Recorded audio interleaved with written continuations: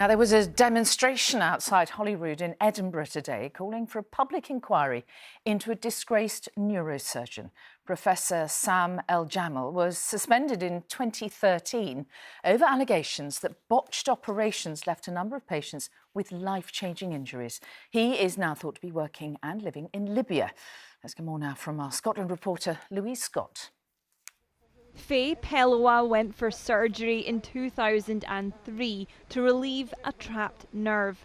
What followed was 7 botched surgeries over 8 years at the hands of Dr. Eljamel that has left her in constant pain.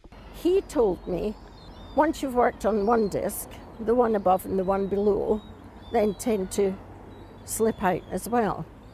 But in actual fact, he was telling me that so that he could go back in and correct his mistakes, because I'm left with my spinal cord being cut off in 4 places. I know the future for me is paralysis. It's not if, it's when.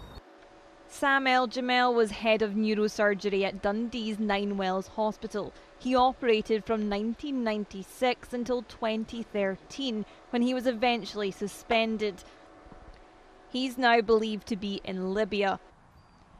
A review criticised NHS Tayside for the operations he performed following the complaints, finding the indirect nature of the supervision was inadequate. Therefore, the group of 111 patients were potentially exposed to possible harm. The Health Board has apologised and say they remain committed to do whatever is required to support the independent commission. We need a public inquiry! These are some of the hundreds thought to have been operated on by Dr. Eljamel. Jules Rose is his last known victim. She was meant to have a brain tumour removed. Instead, it was her tear duct. I was vulnerable, but I trusted this man. I called him my hero after my first operation. Our justice is to hold those to account, NHS Tayside, because they knowingly knew what was going on with Professor Eljamel. The Scottish Government is yet to agree to a public inquiry.